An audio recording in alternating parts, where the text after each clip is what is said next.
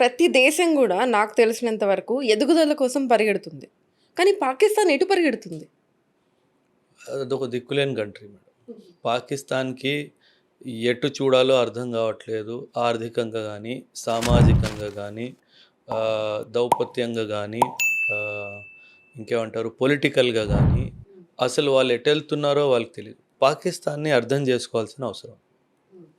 మన ఇండియాలో ప్రధాని మోదీ గారున్నారు, డిఫెన్స్ మినిస్టర్ ఉన్నారు, హోమ్ మినిస్టర్ ఉన్నారు. అదేవిధంగా 3 ఆర్మీ చీఫ్స్ ఉన్నారు. ముగ్గురు air force, navy and Indian army chief. అదేవిధంగా సీడీఎస్ ఉన్నారు, చీఫ్ ఆఫ్ డిఫెన్స్ స్టాఫ్ అని చెప్పేసి. అదేవిధంగా ఇంటెలిజెన్స్ని హెడ్ చేస్తూ అజిత్ దోవల్ గారు ఎన్ఎస్ఏ, నేషనల్ సెక్యూరిటీ అడ్వైజర్ ఉన్నారు. వీళ్ళందరూ ప్రధాని మోదీకి రిపోర్ట్ చేస్తారు. కానీ పాకిస్తాన్లో ఇంత క్లియర్ కట్ హైరార్కీ లేదు. పొలిటికల్ వాడు ఆర్మీని వినడు, ఆర్మీ వాడు పొలిటికల్ని వినడు. ఈ ఇద్దరు కాకుండా ఇంకొక సంస్థ ఉంది పాకిస్తాన్లో, ఐఎస్ఐ, ఇంటర్ సర్వీసెస్ ఇంటెలిజెన్స్.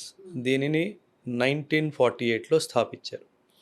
ఎప్పుడైతే పాకిస్తాన్ మనతోని 1947లో యుద్ధం ఓడిపోయిందో దాని వెంటనే ఐఎస్ఐని స్థాపించడం జరిగింది.